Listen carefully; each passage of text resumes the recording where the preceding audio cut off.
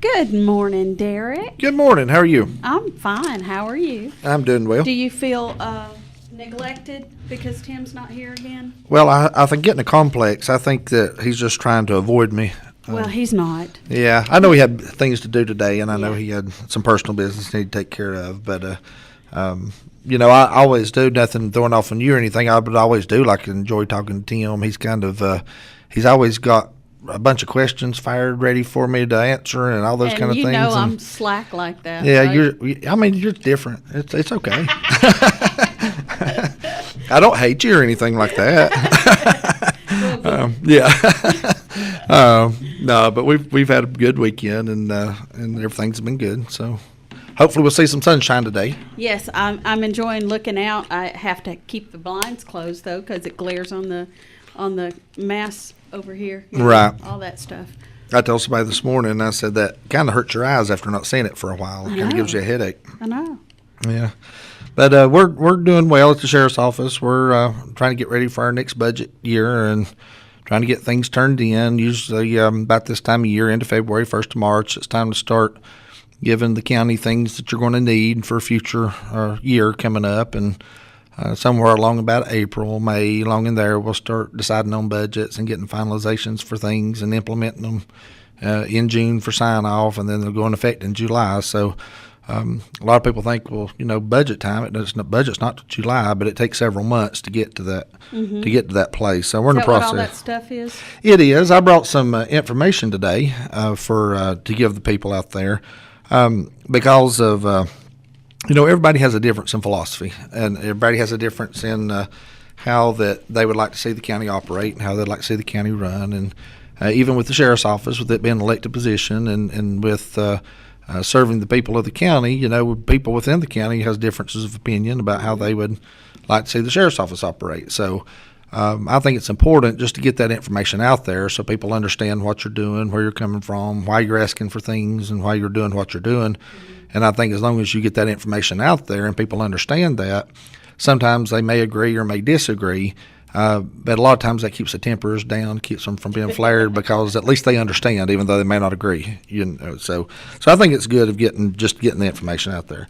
One thing I do want to say though, I do want to address before we get started this morning, because there has been some questions asked, and I just want to clear the air a little bit about this, about Valleytown and about my role at Valleytown and what we're doing up there. I know a lot of people's been asking me, are you the pastor up there now, or they elect you pastor? Well, what's happened was we're without a pastor, so I'm just filling in.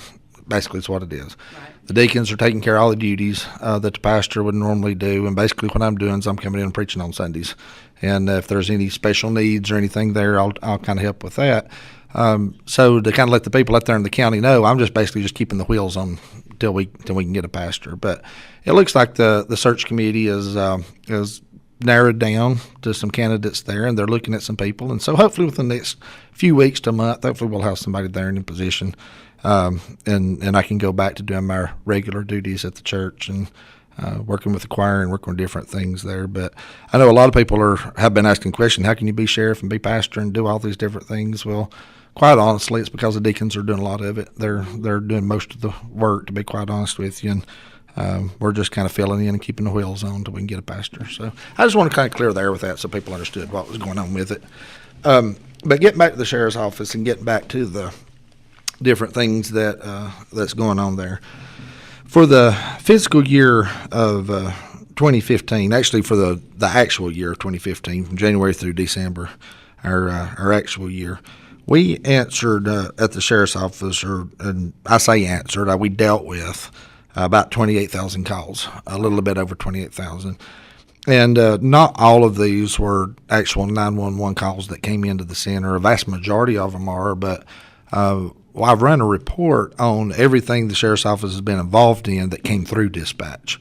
Now, there's some other things we do that does not go through dispatch, and dispatch don't have a record of, such as our gun permits, our purchase permits, sexual offender registries, all those type of things that we do, and voluntary commitments. A lot of times that's not through the dispatch. Some things are when we call in for mileage and things of that nature, but there's a lot more things that we do in addition to these 28,000 calls for service. And And when we look at these, when I pulled out a spreadsheet and kind of looked at what we were doing over this past year, when you think about this, when you think about just the 28,000 calls, when you zero in on just that's about 76 calls a day, almost 77 calls a day. And that breaks down to about a little bit over 3 calls an hour is the average of what comes into the sheriff's office. And when you think about that and you think about, well, 3 calls an hour, that's not a big deal, 3 calls an hour.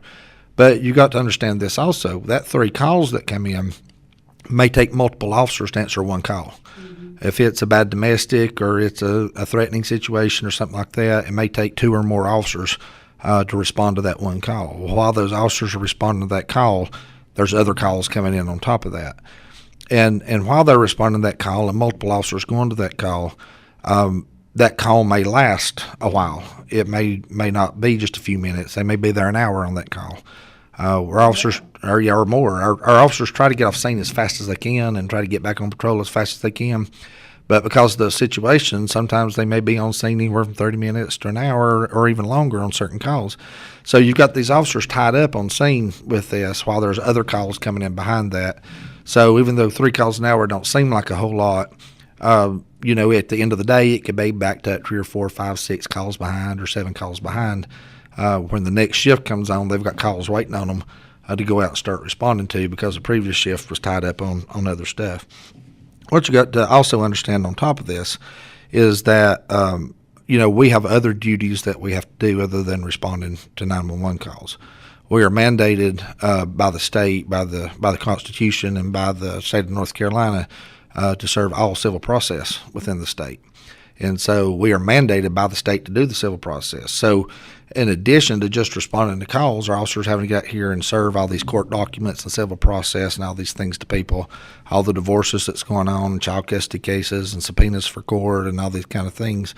These officers have that duty on top of that. So, they're quite busy. They're quite covered up. Along with that, I think our dispatch last year, I didn't bring those numbers, but I think our dispatch last year, they took in the dispatch center about 81,000 calls through the dispatch center. That was 911 lines and the non-emergency lines, the admin lines. With all those added together, there was about 81,000 calls that they dealt with last year. Now, just like dispatch and just like with the patrol officers, we need to acknowledge, and people need to also understand this, that not all calls are multiple officer and not all calls take an hour. There are some things that we do, and I was looking over this list, like there's some things on here like disabled vehicles, for example, stopping, checking people on the roadside. Literally, that could take just a matter of a couple minutes, and then you're cleared up and gone on to something else. So some of these calls are very brief. May take a minute or two to deal with and move on with your shift. But like I say, there are other calls that take multiple officers with multiple hours and multiple time to deal with. So I just like to keep that in perspective, so people understand that that there is a give and take on this. There are some, not all of these 28,000 calls are covering us up with manpower. There are some things that we can handle very quickly. But when we think about that, and this is the argument that we get into amongst ourselves even at the sheriff's office, is that when we talk about patrol officers being out there on patrol, a lot of times we deal with just the 911 calls, just the calls for service that come in. And when we deal with budgets and the commissioner and the county manager and these people on finance and trying to figure out what to ask for, a lot of times they want to go back to just the hard numbers. What is the hard numbers? What are people asking for? What's the calls? Well, we got to also realize from a law enforcement standpoint, the argument amongst ourselves is that in the midst of this 28,000 calls, we have some 7,000 or 8,000 calls that are like security checks, extra patrols, things of that nature. So even though those are not calls that come in through the 911 center, those are not calls where people are calling for help. These are calls where citizens have called in and said, I want extra patrol on my road. Or these are calls where businesses have said, I would like for you to check my business every night, and I'd like for you to do these things. And so we serve the people. We're obligated to do our best to try to do the things that the public wants us to do. So even though they're not 911 calls that come in through the center, we still feel like that we have an obligation to do the best we can to assist the people on this. Now, the other thing that I say is kind of argument at budget time, it's kind of argument amongst ourselves, is the manpower that's out there. Most nights, and we've had turnover, and we've had other agencies have had turnover, and so it's always a struggle trying to keep people and trying to bring new people in and trying to find the right fit for people. But what we have found out is that we're keeping on average right now anywhere from 3 or 4 people at a time out there on patrol of a night, of a day and night. So we've got 3 or 4 officers at a time that are out there. Most of the time it's 3. Sometimes we have 4. We've moved to kind of a swing shift to cover part of our day and part of our nights. We have extra people out there, and the thing about it is when you talk about these 3 or 4 calls an hour that comes in, or some 70 calls a day, a little over 70 calls a day that comes in.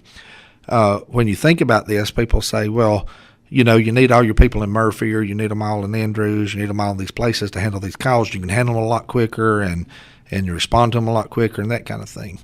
But going back to what I was getting ready to say, our argument amongst ourselves and our argument at budget time is those people who live in the outskirts of the county, those people who live in Hanging-Dog and in Unaka and Violet and Hiawassee Dam and Wolf Creek and Topton and some of those places that's on the far reaches of the county, even though there's not a huge call volume there, and even though when you look on paper and it says, well, we can't justify hiring more officers because there's no calls in these areas, there are very few calls.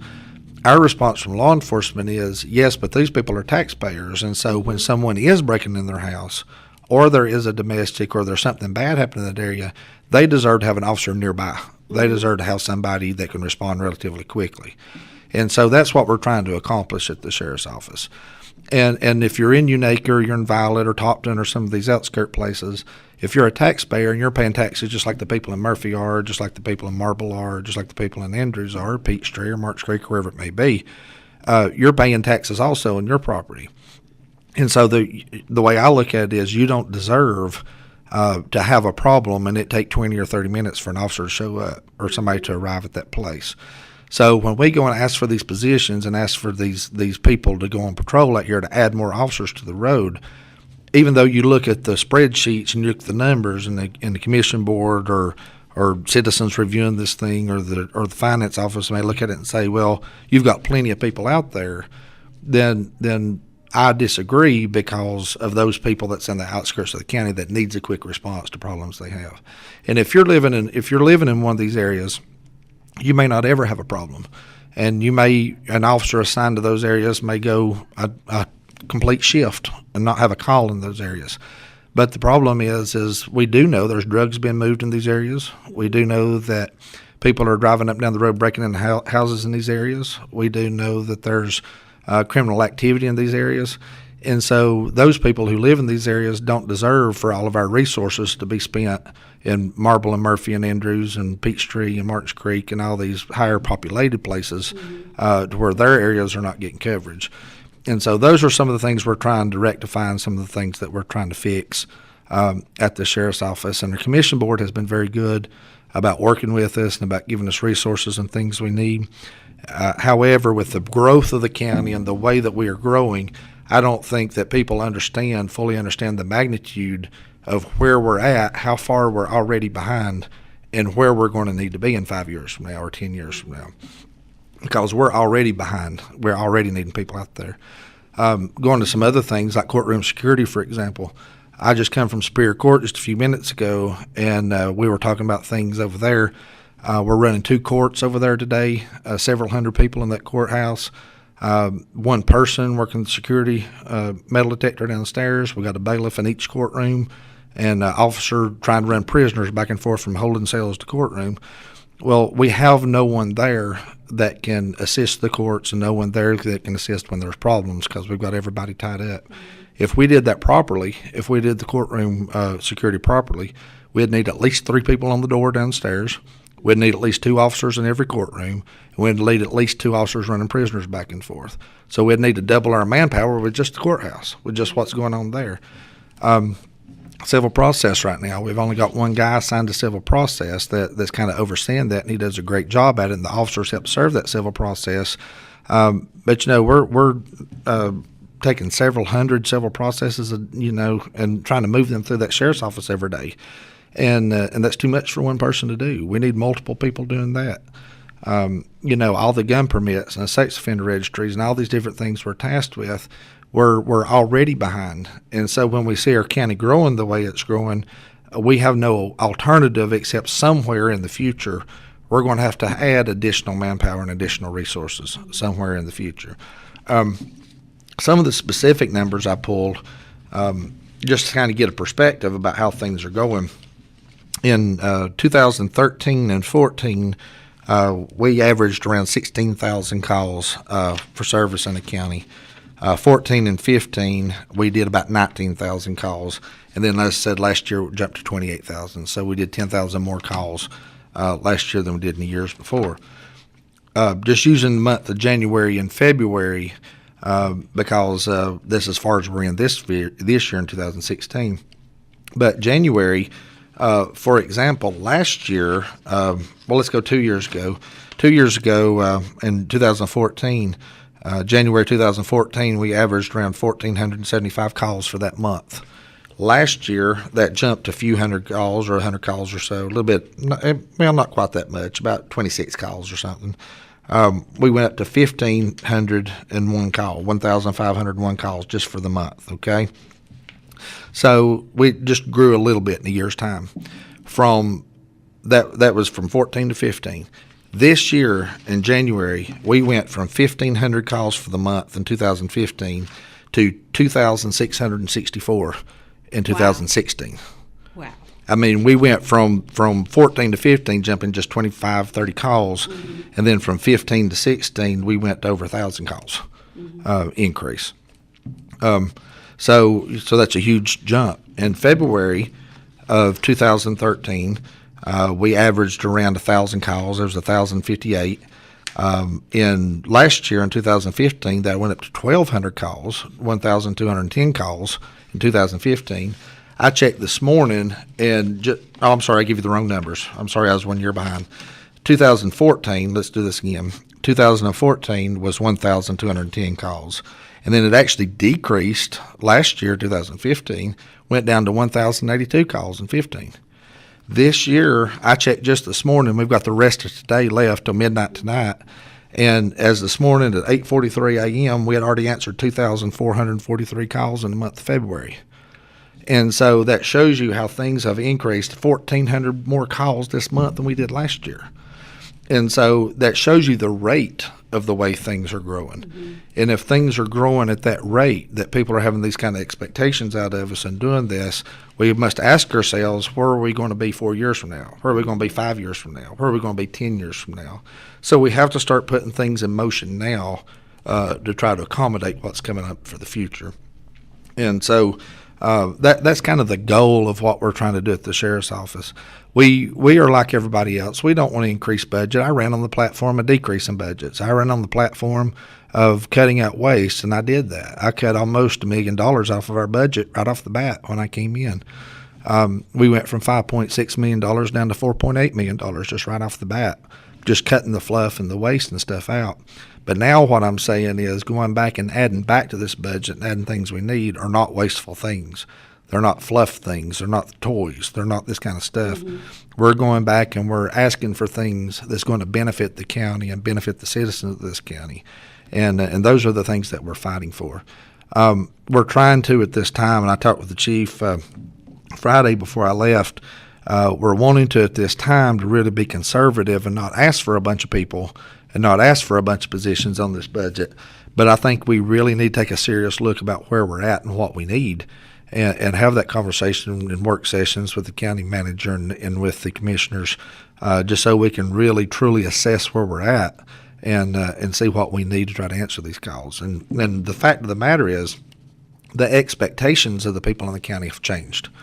And when before when it was just kind of didn't have a whole lot of visitors, there wasn't a whole lot of people living here that's moved in from other places, people were satisfied with the sheriff's office being reactive. They were satisfied with just show up if I need you. If I don't call, you don't need to do anything kind of attitude. But now there's expectations of the citizens of the county where they expect the sheriff's office to be preventative. They expect the sheriff's office to be on top of things and be out in the forefront of things. They expect us to try to curb crime before it happens, and those are expectations from the people. And so that we need to be vigilant about trying to fulfill the expectations. And I know we can't do everything that people expect. I've always said that one of the ruins of law enforcement, one of the downfalls of law enforcement, was CSI and some of these shows that's on television, because they can on CSI they can find a partial footprint and they'll track it down to so many shoes sold in the area and so many distributors and only 2 was sold last week, kind of thing, and Yeah. that is very unrealistic, and that kind of thing doesn't Everything's happen. solved Right, within an hour. everything's solved in an hour. Went through court, convicted, put in prison. Within an hour. And so I know there are unrealistic expectations that are out there, and I do acknowledge that. But I think as a sheriff's office, we need to be as proactive as we can be. We need to try to curb crime as much as we can. For example, the extra patrols and security checks that we talked about before. It's been brought up by people in government, and it's been brought up by citizens. Well, that's not even calls for service. That's not even anything you really need to be doing. You need to be responding to these other things. But my question goes back to, other than doing stats and looking at years past, how can you measure preventative things? In other words, if I'm out here got officers patrolling at night and checking businesses, how do I know how many businesses I prevented getting broken into tonight? Mm-hmm. How many would have gotten broken into if I didn't? And those kind of things are hard to measure because you don't know what criminals are out there. You don't know who's lurking in the dark. You don't know who's watching. That patrol car driving through the parking lot may have deterred them from breaking into something. Mm-hmm. And so when we're doing these things, we're trying to be proactive and trying to be preventative, to trying to cause crime from happening before it happens. And even with some of these patrols in these areas, extra patrols in neighborhoods, some of the reports we were getting back from people is we've had problems here for years and a lot of things that are going on, but just the presence of the patrol car just driving through the neighborhood, just being seen there, has stopped a lot of stuff that's going on. It's stopped a lot of things that's happening. Well, we hear that, and we hear that feedback, but how do I convey that to commissioners? How do I go back and say we've prevented an X amount of crimes, Right. And so it's kind of hard to articulate. It's kind of hard to articulate to the public. But the decision has to be made with the public, and the decision has to be made with the commission board of, do we want to be reactive? Do we want to just not do anything until we get a call and respond to that call? Or do we want to be proactive and try to go out here and stop some of these things before it happens? And as for me, as for sheriff, I want to be proactive. I want to go out here and try to have enough people on patrol, how to have enough officers out there that we can curb crime before it happens. So that's kind of some of our goals and what we're looking at as budgets coming up this year. Yeah. Sounds good. Well, Yeah, and I can imagine that having a patrol car go by just before before you've decided you're going to vandalize someplace. Right. Patrol car goes by and you're like, yeah, maybe not. Well, and too, we're getting a lot of drugs off the street that way by just having presence out here, and officers are seeing doing extra patrols in parking lots and doing extra patrols in areas. Some of our officers are getting drugs off the street. They're finding people who are moving drugs or selling drugs. They're finding a lot of stolen property and things of that nature, where people are broken into houses and trying to move property back and forth. And so I know that we've got one business in particular. I'm not going to tell you what the business is, or people will start finding people there. But but we have one business in particular in the area that just out of the extra patrols of that one business, we've wound up getting stolen vehicles out of it. We've wound up getting drugs out of it. We've made trafficking cases from this business. We've done all kind of good things just by doing extra patrols and driving through the parking lot of this business. And so the point of it is like when you see these 5, 6, 7,000 extra patrols and security checks on these sheets, those are not things that you can just kind of just cut out and just say, I'm not going to do them anymore. Because people do expect that. They are providing results. They are providing our officers with intelligence and with finding out the drug dealers out there and the stolen property and the things that are being moved. And so what we're needing is the resources to continue that and resources Right. to do that. And I know, from citizens. And more, And from citizens, I understand the citizen concerns also, that you have two different distinct citizens. You have some citizens that say, hey, raise my taxes, I'll pay more. I'll pay another half cent. I'll pay whatever for these services. If that money will go toward these services, raise my taxes. I don't care.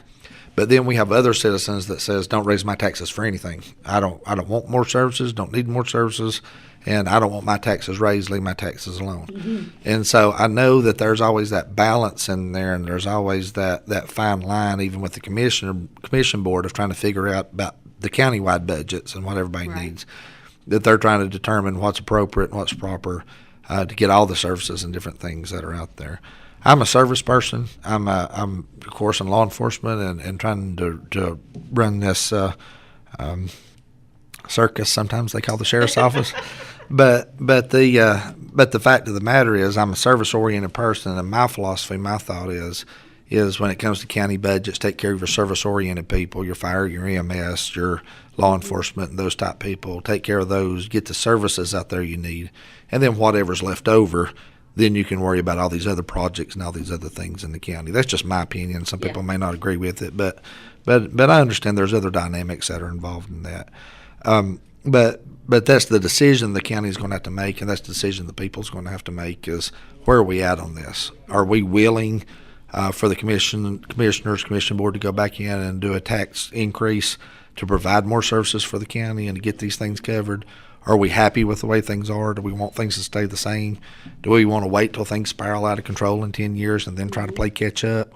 I mean, what is it the people of the county need? And so I assure you, I promise you out there, that the ones that's listening, that there are people who rings the commissioner's phones off the hook about spending too much money and don't spend any more money and don't raise my taxes and don't do this. I assure you, I know those people are calling. So if you're on the opposite side of this and you don't mind your taxes being raised for service-oriented stuff, and you don't mind your taxes going up a half penny to get more police officers on the road, to get more ambulances on the road, to get more things out there, if you're on that side of the fence, please call and let them voice your side too. You know, because the people on the side of being critical, and the people on the side of not wanting change, and the people on the side of not wanting taxes to go up, I promise you, they don't hesitate 1 second to call and say, I don't want this to happen, don't want to see it. So if you're on the other side of the fence, please call and let them know that too, as to where you stand on it. That way they can make a good informed decision as the representation of all the county. That's what all the people in the county want. I'm going to be putting out shortly. I worked on it over the weekend, but probably this coming week sometime I'm going to put out a survey to the people of the county as to what they want to see, out of the sheriff's office. I'm going to put this out online. I'll put it on our website and different things, Facebook page and that kind of stuff, that people can go in and fill out this survey. Talk about if they're happy or not happy with the sheriff's office. Talk about changes I'd like to see with the sheriff's office, and those questions that I brought up today about taxes, and those questions that we brought up today about where you would like to see the sheriff's office go in the future.